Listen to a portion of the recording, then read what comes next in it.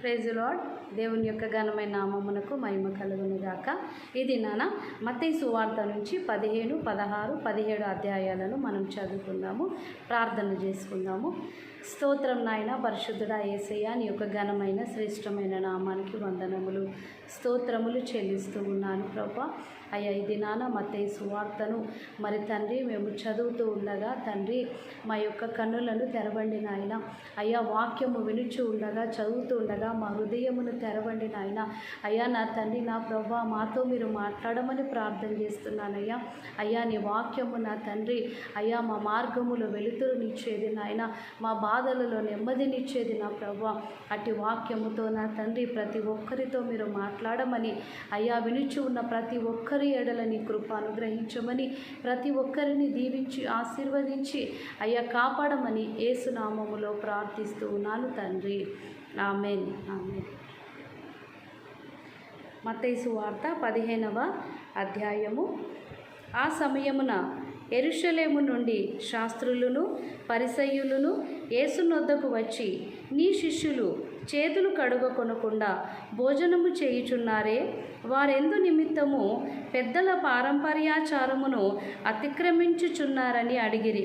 అందుకాయన, మీరును మీ పారంపర్యాచారము నిమిత్తమై దేవుని ఆజ్ఞను ఎందుకు అతిక్రమించుచున్నారు? తల్లిదండ్రులను గణపరచమనియు తండ్రినైనను తల్లినైనను దూషించువాడు తప్పక మరణము పొందవలననియు దేవుడు సెలవిచ్చెను. మీరైతే ఒకడు తన తండ్రినైనను తల్లినైనను చూచి, నా వలన నీకేమి ప్రయోజనమగునో అది దేవార్పితమని చెప్పిన ఎడల అతడు తన తండ్రినైనను తల్లినైనను గణపరచనక్కరలేదని చెప్పుచున్నారు. మీరు మీ పారంపర్యాచారము నిమిత్తమై దేవుని వాక్యమును నిరర్ధకము చేయుచున్నారు. వేషధారులారా, ఈ ప్రజలు తమ పెదవులతో నన్ను గణపరచుదురు గాని వారి హృదయము నాకు దూరముగా ఉన్నది. మనుష్యులు కల్పించిన పద్ధతులు దైవోపదేశములని బోధించుచు వారు నన్ను వ్యర్థముగా ఆరాధించుచున్నారు అని యేషయ్య మిమ్మును గురించి ప్రవచించిన మాట సరియే అని వారితో చెప్పి, జనసమూహములను పిలిచి, మీరు విని గ్రహించుడి. నోటపడునది మనుషుని అపవిత్రపరచదు గాని నోట నుండి వచ్చునదియే మనుషుని అపవిత్రపరచునని వారితో చెప్పెను. అంతటా ఆయన శిష్యులు వచ్చి, పరిసయ్యులు ఆ మాట విని అభ్యంతరపడిరని నీకు తెలియనా అని ఆయనను అడుగగా, ఆయన, పరలోకమందున్న నా తండ్రి నాటని ప్రతి మొక్కయు పెళ్ళగింపబడును. వారి జోలికి పోకుడి. వారు గుడ్డివారై ఉండి గుడ్డివారికి త్రోవ చూపువారు.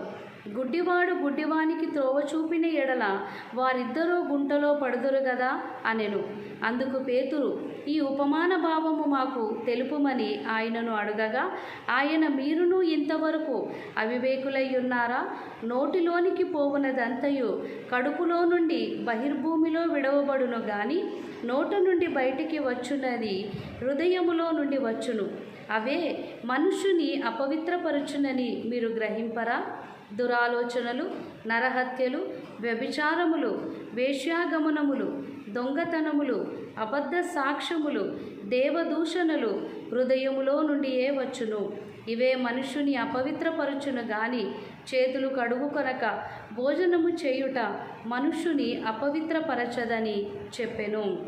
యేసు అక్కడ నుండి బయలుదేరి తూరు సీదోనుల ప్రాంతములకు వెళ్ళగా, ఇదిగో ఆ ప్రాంతముల నుండి కనాను స్త్రీ ఒకతే వచ్చి, ప్రభువా, దావీదు కుమారుడా, నన్ను కరుణింపుము, నా కుమార్తె దయ్యము పట్టి బహు బాధపడుచున్నదని కేకలు వేసెను. అందుకు ఆయన ఆమెతో ఒక్క మాటనైనను చెప్పలేదు. అప్పుడు ఆయన శిష్యులు వచ్చి, ఈమె మన వెంబడి వచ్చి కేకలు వేయుచున్నది గనుక ఈమెను పంపివేయమని ఆయనను వేడుకొనగా, ఆయన, ఇశ్రాయేలు ఇంటివారై నశించిన గొర్రెల యొద్దకే గాని మరి ఎవరి యొద్దకును నేను పంపబడలేదనెను. అయినను ఆమె వచ్చి ఆయనకు మ్రొక్కి, ప్రభువా, నాకు సహాయము చేయుమని అడిగెను.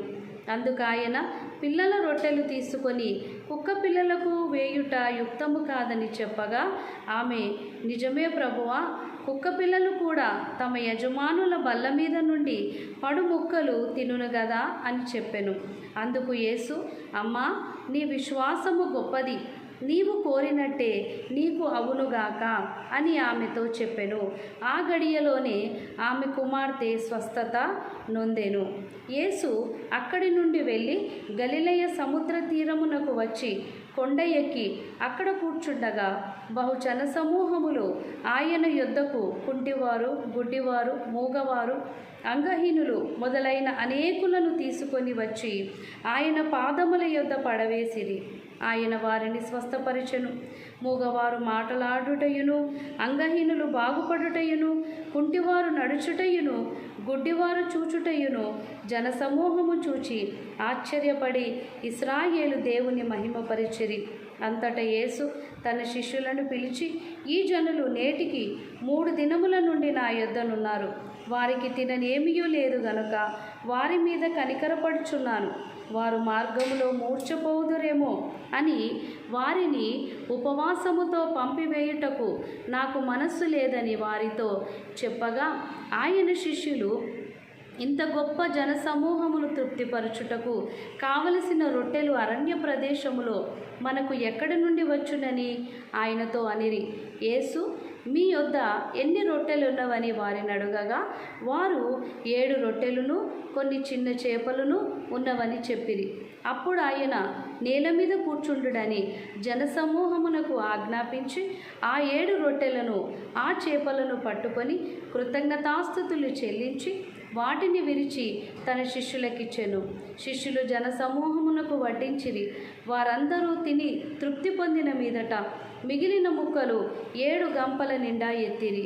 స్త్రీలును పిల్లలను గాక తినిన వారు 4,000 మంది పురుషులు.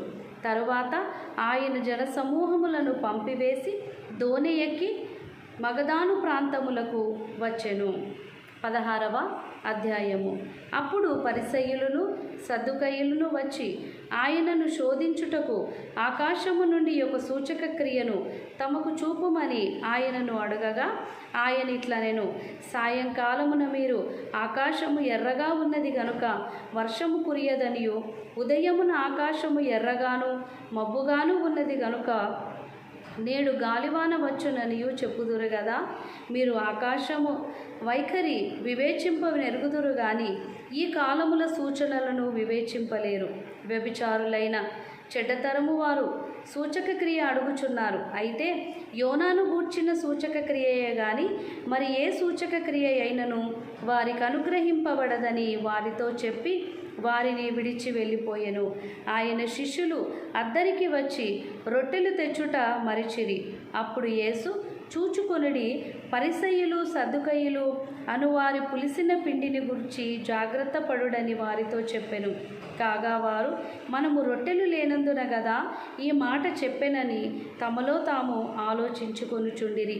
యేసు అది ఎరిగి, అల్ప విశ్వాసులారా, మన యొద్ద రొట్టెలు లేవని మీలో మీరెందుకు ఆలోచించుకొనుచున్నారు? మీరింకనూ గ్రహింపలేదా? 5 రొట్టెలు 5,000 మందికి పంచిపెట్టినప్పుడు ఎన్ని గంపలు ఎత్తితిరో అది అయినను, 7 రొట్టెలు 4,000 మందికి పంచిపెట్టినప్పుడు ఎన్ని గంపలు ఎత్తితిరో అది అయినను మీకు జ్ఞాపకము లేదా? నేను రొట్టెలను గూర్చి మీతో చెప్పలేదని మీరెందుకు గ్రహింపరు? పరిసయ్యులు సద్దుకయ్యులు అనువారి పులిసిన పిండిని గూర్చియే జాగ్రత్త పడుడని చెప్పెను. అప్పుడు రొట్టెలు పులిసిన పిండిని గూర్చి కాదు గాని పరిసయ్యులు సద్దుకయ్యులు అనువారి బోధను గూర్చియే జాగ్రత్త పడవలనని ఆయన తమతో చెప్పెనని వారు గ్రహించిరి. యేసు ఫిలిప్పుదైన కైసరయ ప్రాంతములకు వచ్చి మనుష్య కుమారుడెవడని జనులు చెప్పుకొనుచున్నారని తన శిష్యులను అడగగా, వారు కొందరు బాప్తిస్మమిచ్చు యోహాననియు, కొందరు ఏలియా అనియు, కొందరు ఇర్మియా అనియు, లేక ప్రవక్తలలో ఒకడనియు చెప్పుకొనుచున్నారనిరి. అందుకాయన, మీరైతే నేను ఎవడనని చెప్పుకొనుచున్నారని వారిని అడిగెను. అందుకు సీమోను పేతురు, నీవు సజీవుడవగు దేవుని కుమారుడవైన క్రీస్తువని చెప్పెను. అందుకు యేసు, సీమోను బర్యోనా, నీవు ధన్యుడవు. పరలోకమందున్న నా తండ్రి ఈ సంగతి నీకు బయలుపరచనే కానీ నరులు నీకు బయలుపరచలేదు. మరియు నీవు పేతురువు, ఈ బండ మీద నా సంఘమును కట్టుదును, పాతాళలోక ద్వారములు దాని ఎదుట నిలువ నేరవని నేను నీతో చెప్పుచున్నాను. పరలోక రాజ్యము యొక్క తాళపు చెవులు నీకిచ్చెదను. నీవు భూలోకమందు దేని బంధించుదువో అది పరలోకమందును బంధింపబడును, భూలోకమందు దేని విప్పుదువో అది పరలోకమందును విప్పబడునని అతనితో చెప్పెను. అటు పిమ్మట తాను క్రీస్తు అని ఎవనితోనూ చెప్పవద్దని ఆయన తన శిష్యులకు ఖండితముగా ఆజ్ఞాపించెను. అప్పటి నుండి తాను యెరూషలేమునకు వెళ్ళి పెద్దల చేతను, ప్రధాన యాజకుల చేతను, శాస్త్రుల చేతను అనేక హింసలు పొంది చంపబడి 3వ దినమున లేచుట అగత్యమని యేసు తన శిష్యులకు తెలియజేయ మొదలుపెట్టగా, పేతురు ఆయన చెయ్యి పట్టుకొని, ప్రభువా, అది నీకు దూరమగుగాక, అది నీకెన్నడూను కలగదని ఆయనను గద్దింపసాగెను. అయితే ఆయన పేతురు వైపు తిరిగి, సాతానా, నా వెనుకకు పొమ్ము, నీవు నాకు అభ్యంతర కారణమై ఉన్నావు. నీవు మనుషుల సంగతులనే తలంచుచున్నావు గాని దేవుని సంగతులను తలంపకయున్నావని పేతురుతో చెప్పెను. అప్పుడు యేసు తన శిష్యులను చూచి, ఎవడైనను నన్ను వెంబడింపగోరిన ఎడల తన్ను తాను ఉపేక్షించుకొని తన సిలువనెత్తుకొని నన్ను వెంబడింపవలెను. తన ప్రాణమును రక్షించుకొనగోరువాడు దాన్ని పోగొట్టుకొనును. నా నిమిత్తము తన ప్రాణమును పోగొట్టుకొనువాడు దాన్ని దక్కించుకొనును.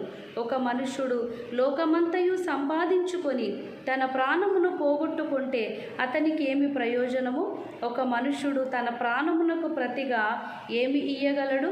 మనుష్య కుమారుడు తన తండ్రి మహిమగలవాడై తన దూతలతో కూడా రాబోవుచున్నాడు. అప్పుడు ఆయన ఎవని క్రియల చొప్పున వానికి ఫలమిచ్చును. ఇక్కడ నిలిచియున్న వారిలో కొందరు మనుష్య కుమారుడు తన రాజ్యముతో వచ్చుట చూచు వరకు మరణము రుచి చూడరని నిశ్చయముగా మీతో చెప్పుచున్నానెను. 17వ అధ్యాయం. 6 దినములైన తర్వాత యేసు పేతురును, యాకోబును, అతని సహోదరుడైన యోహానును వెంటబెట్టుకొని ఎత్తైన యొక్క కొండ మీదికి ఏకాంతముగా పోయి వారి ఎదుట రూపాంతరము పొందెను. ఆయన ముఖము సూర్యుని వలె ప్రకాశించెను. ఆయన వస్త్రములు వెలుగు వలె తెల్లనివాయెను. ఇదిగో, మోషేయు ఏలియాయు వారికి కనబడి ఆయనతో మాటలాడుచుండిరి. అప్పుడు పేతురు, ప్రభువా, మనమిక్కడ ఉండుట మంచిది. నీకిష్టమైతే ఇక్కడ నీకు ఒకటియు, మోషేకు ఒకటియు, ఏలియాకు ఒకటియు 3 పర్ణశాలలు కట్టుదుమని యేసుతో చెప్పెను. అతడు ఇంకనూ మాటలాడుచుండగా, ఇదిగో, ప్రకాశమైన మానమైన ఒక మేఘము వారిని కమ్ముకొనెను. ఇదిగో, ఈయన నా ప్రియ కుమారుడు, ఈయన యందు నేను ఆనందించుచున్నాను, ఈయన మాట వినుడని ఒక శబ్దము ఆ మేఘములో నుండి పుట్టెను. శిష్యులు ఈ మాట విని బోర్లబడి మిక్కిలి భయపడగా, యేసు వారి యొద్దకు వచ్చి వారిని ముట్టి, లెండి, భయపడకుడని చెప్పెను. వారు కన్నులెత్తి చూడగా యేసు తప్ప మరి ఎవరునూ వారికి కనబడలేదు. వారు కొండ దిగి వచ్చుచుండగా మనుష్య కుమారుడు మృతులలో నుండి లేచు వరకు ఈ దర్శనము మీరు ఎవనితోనూ చెప్పకూడని యేసు వారికి ఆజ్ఞాపించెను. అప్పుడు ఆయన శిష్యులు, ఇలాగైతే ఏలియా ముందుగా రావాలనని శాస్త్రులు ఎందుకు చెప్పుచున్నారని ఆయనను అడిగిరి. అందుకు ఆయన, ఏలియా వచ్చి సమస్తమును చక్కబెట్టునను మాట నిజమే. అయినను ఏలియా ఇదివరకే వచ్చెను. వారతనిని ఎరుగక తమకిష్టము వచ్చినట్టు అతని ఎడల చేసిరి. మనుష్య కుమారుడు కూడా అలాగే వారి చేత శ్రమలు పొందబోచున్నాడని మీతో చెప్పుచున్నానన్ను. అప్పుడు ఆయన బాప్తిస్మమిచ్చు యోహానును గూర్చి తమతో చెప్పనని శిష్యులు గ్రహించిరి. వారు జనసమూహమునొద్దకు వచ్చినప్పుడు ఒకడు ఆయన యొద్దకు వచ్చి ఆయన ఎదుట మోకాలుని, ప్రభువా, నా కుమారుని కరుణింపుము, వాడు చాంద్ర రోగి అయి మిక్కిలి బాధపడుచున్నాడు. ఎలాగనగా అగ్నిలోను నీళ్లలోనూ తరచుగా పడుచున్నాడు. నీ శిష్యుల యొద్దకు వానిని తీసుకొని వచ్చి తిని గాని వారు వానిని స్వస్థపరచలేకపోయిరని చెప్పెను. అందుకు యేసు, విశ్వాసము లేని మూర్ఖతరము వారలారా, మీతో నేను ఎంతకాలము ఉందును, ఎంతవరకు మిమ్మల్ని సహింతును, వారిని నా యొద్దకు తీసుకొని రండని చెప్పెను. అంతటా యేసు ఆ దయ్యమును గద్దింపగా అది వానిని వదిలిపోయెను. ఆ గడియ నుండి ఆ చిన్నవాడు స్వస్థత నొందెను.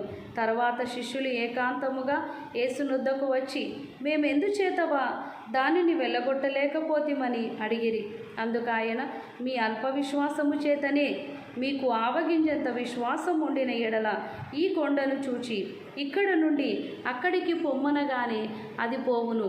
మీకు అసాధ్యమైనది ఏదియూ ఉండదని నిశ్చయముగా మీతో చెప్పుచున్నానెను. వారితో అనెను.